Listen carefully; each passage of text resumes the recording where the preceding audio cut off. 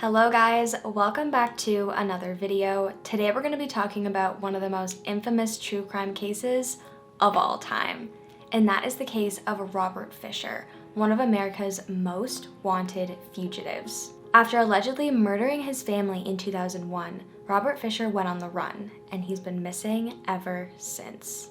He was on the FBI's top 10 most wanted list for 20 years, which generated thousands and thousands of tips, but his whereabouts still remain unknown to this day. This case has always fascinated me, and it's just mind-blowing that it's still unsolved, and there are so many theories on what happened to Robert Fisher, why he did what he did, and where he went. So let's get into it. This all started on April 10th, 2001 at 8:45 in the morning when floods of calls started coming in to 911 about a house explosion in Scottsdale, Arizona. This was a huge explosion that was heard for miles, and there was a massive fire after the explosion. The house was fully engulfed in flames and actually burnt to the ground within minutes after the explosion. It was said that everybody in Scottsdale was just glued to their TVs that morning watching this house just burn down while firefighters tried to put it out. Members of the community quickly realized that the house that had exploded was the Fisher family home, and they started gathering in the streets just praying that nobody was hurt. But unfortunately, as investigators and firefighters approached the scene, they could tell almost immediately that there were bodies inside, and this was because they could smell the very distinct smell of burning flesh. They knew right away that this wasn't a regular house fire. Houses don't just explode. There was definitely more to this story. The following day, police announced that they had found 3 bodies inside the home. The bodies had been identified as 38-year-old Mary Fisher, 12-year-old Brittany, and 10-year-old Bobby. But there was no sign of Robert Fisher, Mary's husband and the kids' father, and one of the family's cars was missing, which was Mary's silver Toyota 4Runner. On the day of the explosion, investigators thought that Robert was just at work and had no idea what had happened, and that he would soon show up and realize that his family had been killed in this fire. But once he had been missing for more than a day, people started to become very suspicious. Our other top story tonight, within the past hour, police announced they are now investigating a fire in Scottsdale as a triple homicide. This is a homicide, and we have not labeled a suspect at this point. Mr. Fisher is still outstanding, and as we have said from the beginning, he is a very vital part of this investigation, but we have not labeled him as a suspect, nor have we requested an arrest warrant be issued for his arrest. Even though the fire had done serious damage to the outside of the house, the contents inside weren't as disintegrated as you might think. And investigators could tell that Mary and the kids were actually in their beds when they died, which was really strange because you'd think that if they heard the fire, they would at least try to get out. You would expect the bodies to be found maybe a couple feet from their bed, not sound asleep in their beds. So very early on, investigators started to become suspicious that Mary and the kids were actually dead before the fire happened. And their suspicions were confirmed when autopsies were performed on the bodies and found that all 3 of them had their throats slashed, and Mary had been shot in the back of the head. So what caused this explosion? Investigators found that gasoline had been poured in the hallway inside the home, and a natural gas line had been broken off from the furnace. They also found that a candle had been lit and placed beside the furnace to ignite the natural gas.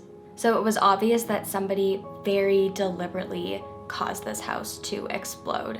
And with all this information, Robert Fisher was named a person of interest in the murders. So let's talk about the Fisher family. Robert and Mary Fisher met at a Baptist church social before marrying in 1987. They then went on to have their first child, Brittany, in 1989, and their second child, Bobby, in 1991. Mary was described as a very fun and loving person. She was a really involved mother who always put her children first. She was very dedicated to the Christian religion, and her faith was really important to her. And she wanted her children to have an upbringing that involved her religion. Brittany was described as a really happy, smart, and responsible girl who loved her church like her mother. And Bobby was a very energetic and funny little guy who had lots of friends. I wish that I could say more about Mary, Brittany, and Bobby, but to be honest, there just isn't really a lot of information about them available. Robert really stole the spotlight from them, which is very unfortunate, but it's just what happens in these kinds of cases. So now let's talk about Robert. Robert William Fisher was born on April 13th, 1968, and was raised in Arizona. He was the middle of 3 children. He had an older sister who I wasn't able to find her name, and a younger sister named Jean, and she has made many appearances in various documentaries about the case. One of the most important things to know about Robert is that he was an avid outdoorsman, hunter, and fisherman. He loved to hunt and fish, and he was always going out on hunting trips and camping trips and really prided himself in being a well-versed outdoorsman. He had all kinds of hunting weapons, rifles, and other guns. He had ATVs, fishing rods, a fishing boat, and overall he just spent a lot of time out in nature. Hello. See you, Mom. Be back Sunday morning. Okay. There you go. Love you, Mom. Love you, Mom. I love you. Hold my hand. You take a picture of Daddy drive away? Robert had been in the Navy. He also worked as a firefighter for quite a long time in California, but he was forced to retire early because he sustained a pretty serious back injury. He then moved his family to Arizona and started a career in the medical field. Specifically, he worked as a catheter technician and a respiratory therapist. And at the time of the murders, he was working at the Mayo Clinic in Scottsdale. He was very smart and was described as a really hardworking, good employee.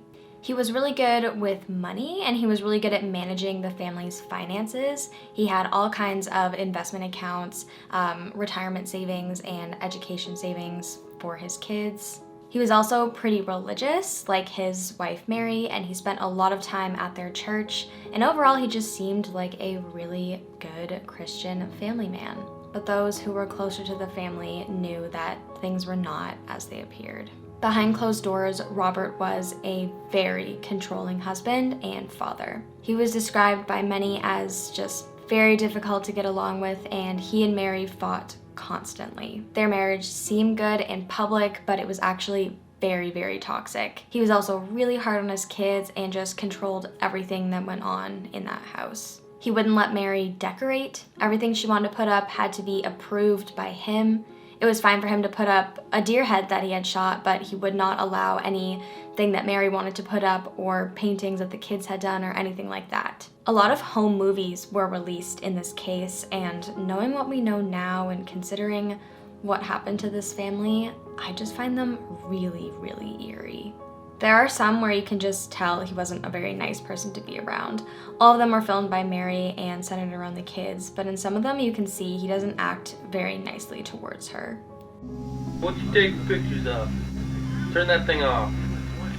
You.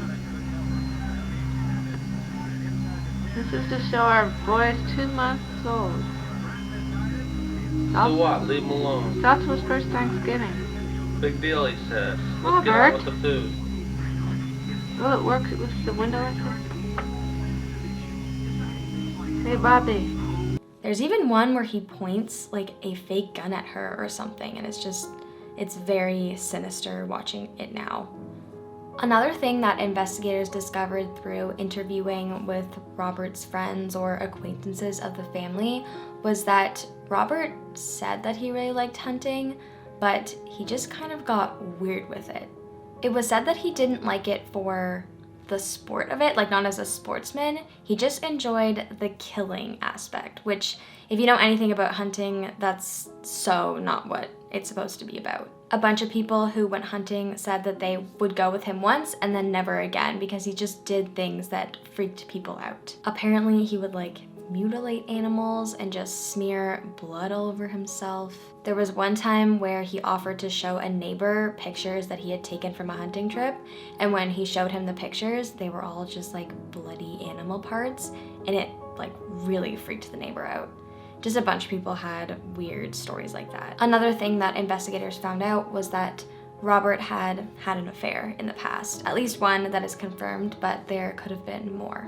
After his back surgery, his back was really bothering him, so he went to get a massage, and while he was there, he cheated on Mary with the masseuse. Robert's sister, Jean, said that he felt really bad about it and confided in his church, and he came clean to Mary right away. They started going to marriage counseling, but Robert's sister said that their marriage never recovered and Mary never forgave him for this, unsurprisingly. According to friends, Mary, did everything that she could to stand up to him and try to put her foot down. Neighbors reported that they heard screaming and fighting coming from the home constantly, and they could hear Mary screaming things like, "You're worthless, I could have done better," and that she wanted a divorce. And that's another thing that's important to know about Robert, is that apparently divorce was just not an option for him. Robert's parents had gotten a divorce when he was younger, when he was in high school, and according to Robert's sister, this really affected Robert. He went to live with his father after the divorce, and his father remarried, and his new wife was really hard on Robert, and he vowed to never have his kids go through the same thing that he did. Police started retracing what the family was up to the day before the explosion. So on April 9th, it was a Monday, after school, Robert took Brittany to her Honor Society class, while Mary took Bobby to his hunting class. And then later that evening, around 10 p.m., neighbors reported hearing an argument at the Fishers' home.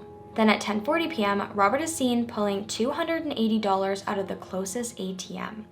Mary's Toyota 4Runner is in the background of the footage, so police believe he pulled the money out, then took off. Investigators were able to use the report of the fight and the ATM footage to form a timeline. They believe that after the fight happened, Robert waited for Mary and the kids to go to sleep, and then he killed them. He then broke the gas line and just let the natural gas fill the house so that it was basically like a bomb, and it was only a matter of time before it just exploded, which was about 10 hours later the following morning. Investigators believe he then packed up, they found none of his belongings in the home, and then he went to the ATM and took off.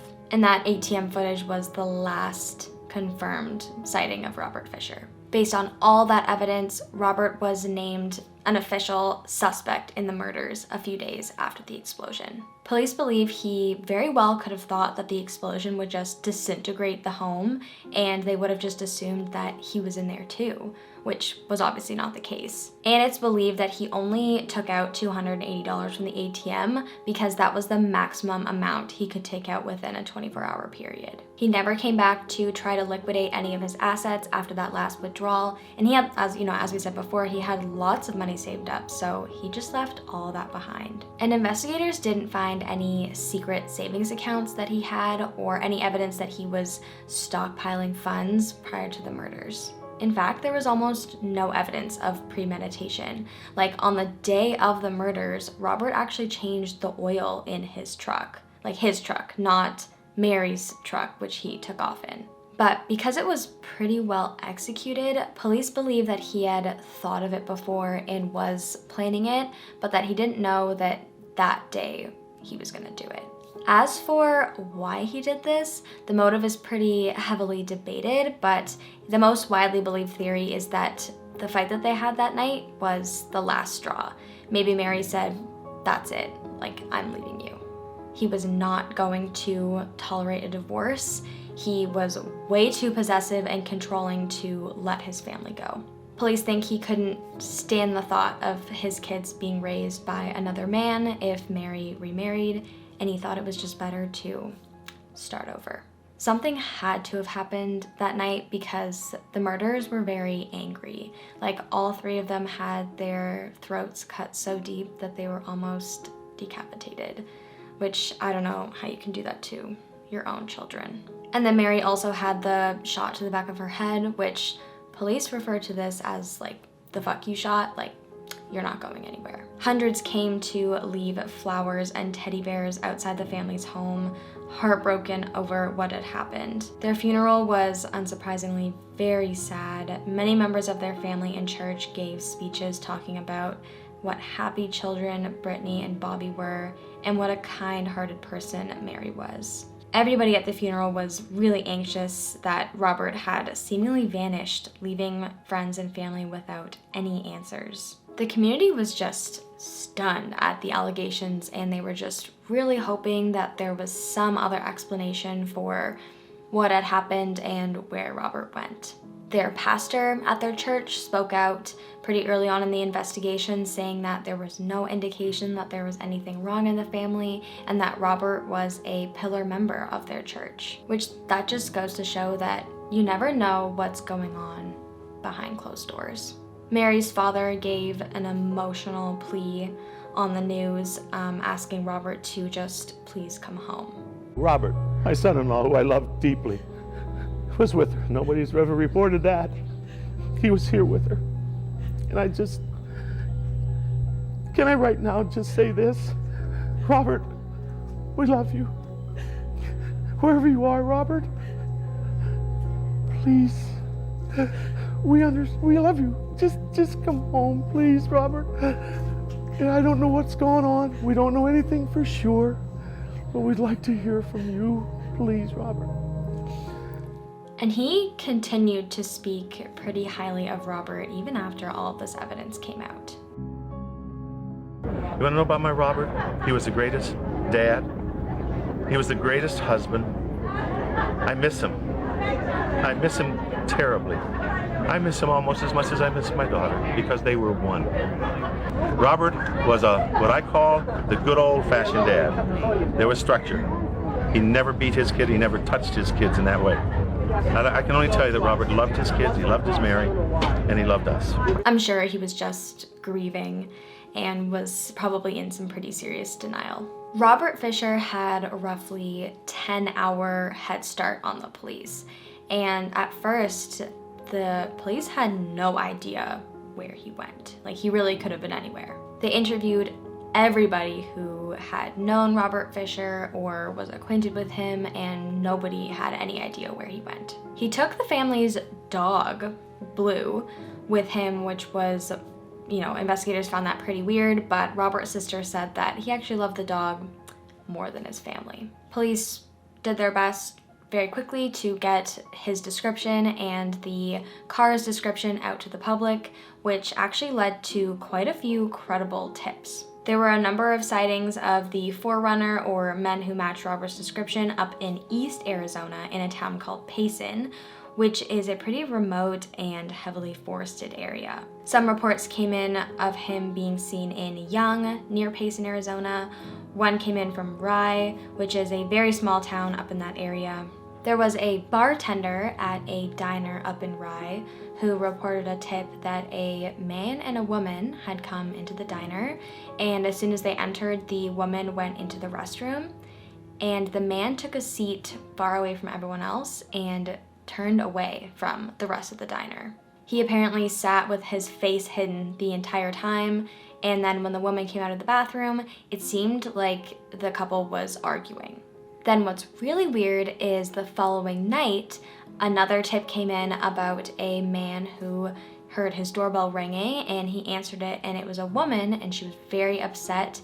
She said that she had just gotten into a fight with her boyfriend, and he had broken up with her, and she needed to call for a cab. The description of this woman and the description of the woman at the Rye Diner seemed to match. And that's when this whole thing got started about how maybe Robert had a girlfriend that was helping him escape. But they were never able to confirm that he was having an affair at that time, and they interviewed the masseuse that he had had an affair with before, but they were able to rule her out. Nobody at his work was able to confirm if he was having an affair. There were no women that he was close to at his work, so that still remains a mystery. Then on April 20th, 2001, 10 days after the explosion, there was a major break in the case. A man who was camping in the Tonto National Forest near Young, Arizona, called in to report seeing a car abandoned in the middle of the forest that matched the description of Mary's missing Forerunner. And it was later confirmed to be Mary's missing Forerunner, and it was found about 100 miles from their home in Scottsdale. And they found the dog. The dog was found just sitting outside the car. When they found it, it was very hungry and distressed, but Robert was nowhere to be found. There was an Oakland Raiders hat found sitting inside the car, which matched the hat that Robert was seen wearing in the ATM footage. But other than that, they found nothing useful forensically inside the car. In fact, the car was spotless. No foreign fingerprints were found in the car. In fact, they only found one of Robert's fingerprints in the car, which that's another theory, is that Robert wiped down the car in order to not implicate whoever was helping him, if anyone was helping him. A lot of people wonder why he took Mary's car instead of his own. Like, was he trying to frame Mary for the murders if they weren't able to identify the bodies? But that's not what police think. They think that he just took Mary's car because it was more discreet than his own car, which was a big diesel truck. Then what's so disgusting is they literally found a pile of human shit outside the car, and police believe that this could have been a statement, like a final goodbye to his old life, but who knows? So police are left with his abandoned car in the middle of the Tonto National Forest with no idea where he went from there. You might be wondering why this area, and Robert was actually very familiar with this Tonto National Forest. It was where he did a lot of his hunting, a lot of his camping and fishing, so he just went to the area that he knew best. Hundreds of detectives and law enforcement from all over the state gathered at the Tonto National Forest to search the area around where the car was found. It was a huge operation, a huge search. Canine units were brought in, helicopters were surveying the area, but it was a very thick forest with a rough terrain. It was snowing and raining and reportedly just miserable out when they were trying to search. Where his car was found, there was actually a cave only a short distance from there, and investigators thought that he might be hiding in this cave. They brought in spelunkers, cadaver dogs, cameras, they had SWAT getting in there and crawling around, but they had to take all the necessary precautions because Robert was military trained and he had taken weapons with him, so they didn't know what they were going to run into in these caves. But unfortunately, they never found any sign of Robert in this cave. They combed over the cave and the whole area for 3 days, but they ended up having to call off the search because the weather was just too bad. He could have easily been in another cave in that area. In fact, it was estimated that there were around 30 caves within a quarter-mile radius from where the car was found. And many of these caves form a complex underground network that extends for miles. They searched what they could, but the Tonto National Forest is actually one of the largest forests in the United States, and it's over 3 million acres. And you have to remember that Robert Fisher had, many days. He was many days ahead of police at that point. Cave experts have gone back and researched these caves in the years following the initial search, but no evidence that Robert was in any of them has ever been found. There hasn't been any evidence of Robert found in the forest either, like none of his guns, none of the belongings police know he took from the house have ever been found. And believe it or not, this is actually where the case ends in terms of physical evidence. Police were never able to confirm his whereabouts after leaving his car and dog in the forest. They don't know exactly how long the car had been there, but they assume at least a couple of days. Basically, he was probably long gone by the time they found it. The possibilities of where he ended up after leaving the car are endless, and there are many theories. So the first theory we'll talk about is the theory that Robert left his car, he said goodbye to his dog, he wandered off into the woods and took his own life. He owned lots of guns, handguns. He could have easily just walked out into the woods and shot himself. It's a very likely possibility, and it makes sense because that would explain why there haven't been any confirmed sightings of him out in the real world. However, there are a couple things wrong with this theory. His body was never found. There were never any remains found, no bones, no skull, no handgun, the handgun he would have used to shoot himself. That was never found. But then again, it is a big forest and animals could have gotten to the remains and scattered them throughout the forest. And then the other issue with this theory is, why did he go to all this trouble to pack up all his stuff, go on the run, just to kill himself? And the fact that he did pack up all of his stuff and take money out of the ATM shows that this was not a suicide mission. And police believe that he just wasn't the kind of person to kill himself. He was a narcissist. He loved himself. He was arrogant. And they believe that he wouldn't have called it quits until he had to. He just thought he was way too smart to get caught. They believe he was following the news closely. They think he was probably listening to the radio and knew, you know, the updates on the investigation. They think that he knew that they didn't know where he was. So it just doesn't, you know, it just doesn't make sense. Why would he call it quits so early? If he did take his own life, it was probably more of an afterthought. Like maybe he got out to the woods and then, you know, he realized like, oh God, what have I done? And that's why he did it. But that wasn't the original plan. So if he didn't take his own life, where is he? Another theory is that he's still in the Tonto National Forest, living off the land. He was supposedly a very skilled outdoorsman, and he, you know, boasted about how he could survive in a wilderness situation on very little. You know, he could hunt, he could fish, and so on. And through interviews, investigators found that being a survivalist was actually something that he was interested in. But police have a problem with this theory, and, you know, so do I, which is there's a huge difference between going camping for the weekend or even for a week and full on living off the land. You know, it's in Arizona, it's really hot at times, and then, you know, it also snows up there, and the weather conditions are, you know, they're very poor. Police also believe that by now somebody would have come across his hut or tent or whatever he's living in, and people do live up there year round, and you'd think that after 22 years someone would have come forward and said, I'm having food stolen every couple of months, or break-ins and stuff like that, but there haven't been any reports of that. Now, the most widely believed theory, and the FBI has been operating under this assumption, and that is that Robert Fisher got out of the woods somehow, whether, you know, with an accomplice, on foot, or hitchhiked, and he started a new life. And there are dozens of theories within this theory about where exactly he ended up. A couple reported seeing a man resembling Robert walking along a road in Young, Arizona, a couple days before the car was found. According to them, when they saw the man, the wife of the couple turned to her husband and said, "That looks like Robert Fisher." But unfortunately, they waited until after the car was found to report the tip. Another interesting tip was from a family friend of the Fishers, who was named Herb Greenbeck, and he had gone camping with Robert up where his car was found a couple days before April 10th. And he believed that Robert was scouting out the area and possibly looking for a place to stash a motorcycle.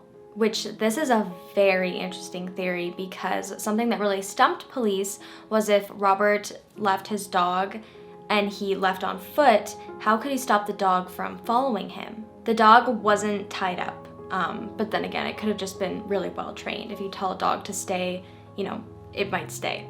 But if Robert took off on a motorcycle, the dog couldn't have kept up, so that makes sense. Same goes for if someone else gave him a ride. That's obviously why the dog didn't follow if he left in another car. And that's another thing that kind of confuses people, is why did he bring the dog in the first place? Some people have suggested that he was using the dog as kind of like security to, you know, bark if there was someone approaching where he was hiding. But then again, the dog could have been a detriment to him and would have just slowed him down. I think it just makes sense that, you know, he just loved the dog and he wasn't gonna leave the dog to get hurt in the fire, and he wanted to spend as much time with it before he had to part ways with it. I know a lot of you are probably wondering, police are 100% sure that he did this.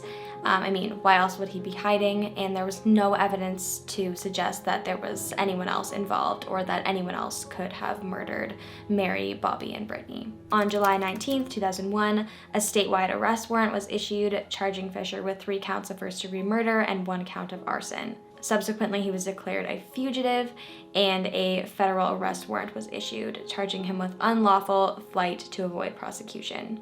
Then on June 29th, 2002, Fisher was placed on the FBI's top 10 most wanted list, and he was also on America's Most Wanted. The FBI also has a reward offered for $100,000 for any information leading to Robert Fisher's capture. And since he was placed on the list, there have been thousands of tips over the last 22 years. Tips from all over the US and also all over the world, but none of them have been confirmed to be Robert Fisher. They were all either inconclusive or confirmed to not be him. Robert Fisher has a very average look, which is what has made this case so challenging, is that he really blends in with the crowd and just like wouldn't stand out. And police have gotten some tips for some really, really good Robert Fisher lookalikes. Some of his characteristics are distinct though, like he has sharp features on his nose and in his brows. He has a very unique walk because of his back problems. It's described as a very stiff walk, like how you would walk if you had a sore back. When he went missing, he had a gold tooth in his upper left bicuspid, and he also has a surgical scar on his back from his back surgery. Police have released and continue to release age-progressed photos of him over the years, and this is what he would look like today at the age of 62. And for the last 22 years, people all over the world keep their eyes out for Robert Fisher. And to this day, the FBI receives at least one tip a day. I just want to take some time now to go over some of the most notable tips that have come in over the years. In 2009, a tip came in from Guatemala from some tourists. The tourists were at a market and they were taking some pictures of the market, and they caught a man in the background of one of their pictures. He noticed that they were taking pictures and approached them aggressively, asking them why they were taking his picture, and asked them to hand over the camera. He also told them something like, "I've killed before and I'll kill again." They thought this was really suspicious. They handed the photos over to the FBI, and the FBI thought that the man that was in their pictures looked like Robert Fisher. The FBI went down to Guatemala and they weren't able to track down this man. So apparently they still keep an eye on this area, but yeah, this tip remains inconclusive. And I don't think the photos that the tourists took of, the man they think looks like Robert Fisher have been released to the public, so we don't actually know what this person looks like. There have also been many tips over the years that have come in from Grens Islands, Louisiana, from multiple different people who don't know each other, have called in a Robert Fisher tip, and the FBI have gone down there and they have not been able to find the person who these people saw. The closest they ever got was in 2004 when someone reported seeing Robert Fisher in Vancouver, Canada. The RCMP followed up on the tip, and when they saw the man, they were stunned at how much he looked like Robert Fisher. They actually arrested him and brought him in for questioning. This man apparently walked like Robert Fisher, he talked like him, he was missing his upper left bicuspid tooth, like where Robert Fisher had the gold tooth, and he had a surgical scar on his back. The Scottsdale detectives went down to Canada to see for themselves, and this is kind of, I find this pretty weird, but they ended up bringing Robert Fisher's former neighbor down to Canada for him to see if this was Robert Fisher. And then they did this whole thing where they pretended to book the neighbor into jail so that the neighbor and the supposed Robert Fisher suspect could end up in the same room together. And so they did this, and the neighbor was able to get a good look at the Robert Fisher suspect, and he said that they had a long-lasting eye contact, a long-lasting exchange. Apparently the Robert Fisher suspect looked at him like, "What are you doing here?" The neighbor swears that this man was Robert Fisher. They even brought in Robert Fisher's mother, and she positively identified him as Robert Fisher. But what's so crazy is the fingerprints didn't match. And that's one thing that I wanted to mention, is they actually don't have Robert Fisher's DNA. They only have his fingerprints, which they have from when he was in the Navy. But yeah, his fingerprints didn't match. In fact, this man had an identity in Canada. He had a criminal record. His fingerprints were linked to his identity because he had been in jail before. And yeah, it was 100% not Robert Fisher. And it was only recently that the photos of this, Robert Fisher lookalike were released to the public. And I don't know, I don't really think he looks like Robert Fisher. What do you guys think? I think the neighbor just really wanted it to be Robert Fisher, so his eyes just kind of lied to him. I find it really weird how they involved the neighbor at all. Like, if you had the fingerprints, just like test the fingerprints. You don't have to bring the neighbor in and do this whole thing. But yeah, the fact that they don't have his DNA is, you know, that really sucks. I think this would be an entirely different case if they did have his DNA. There was a sighting in Brazil. One of Robert Fisher's old co-workers, one of the doctors, was traveling in Brazil and swore that he saw Robert Fisher there. But the FBI didn't really have enough to go off of with this lead, so they never actually went to Brazil to follow up on it. A couple years after the murders, some people still living in his old neighborhood reported seeing a man resembling him driving around. There was also another interesting lead from that came in from some tourists who were traveling in Mexico. Apparently when they were there, they took some pictures with this man and they submitted the pictures to the FBI. And I think this person really looks like Robert Fisher, and the FBI did as well. They went down to Mexico and they were able to track this man down and confirm that this is not Robert Fisher. But even though the person in the picture is wearing glasses and a hat, I feel like you can still see that it, you know, really does look like Robert Fisher. A lot of detectives believe that it's very possible Robert could be living in Mexico, living a very low-key, cash-only life. And one thing you have to remember is that this all happened a couple months before 9/11 in April 2001. So it wouldn't have been as hard as you might think for Robert to hop on a plane and fly somewhere. Border security was much more lax before 9/11 happened. It's hard to tell exactly what he might look like today, but detectives still want people to continue to keep their eyes out for him, look at the age-progressed photos, and continue to call in with leads. This case is definitely in the public's hands now. One of the things that I just find so eerie is that the detectives who worked this case, the Scottsdale detectives who know this case really well, believe there's a very likely possibility that Robert Fisher could have a new family now.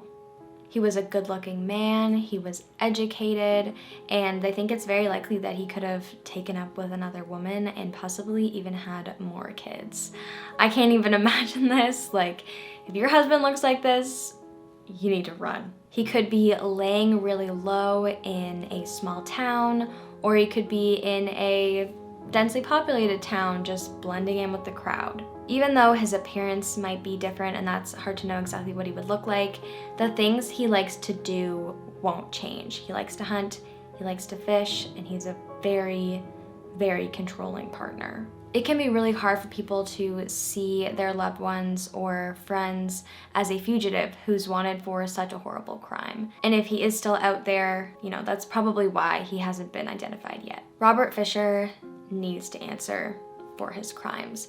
He doesn't deserve to be out living another life when he took the lives away from his wife and his children. Another thing I wanted to note is that Mary's father passed away in 2009, and he died without getting the answers he so desperately deserved. Another thing I just want to touch on here is that Robert Fisher was actually removed from the FBI's most wanted list in 2021. And this is because he no longer fits the requirements for the top 10 list, and here's why.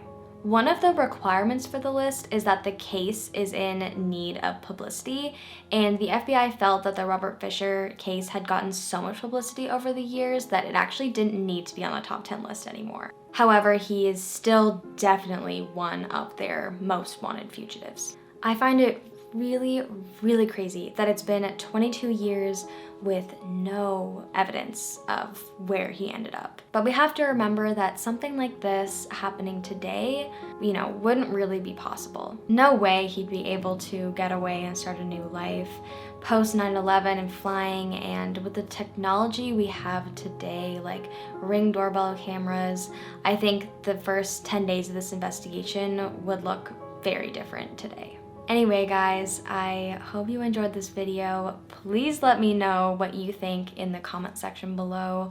Also, let me know what you think about my new setup. Thank you so much for watching, guys. I will see you next time.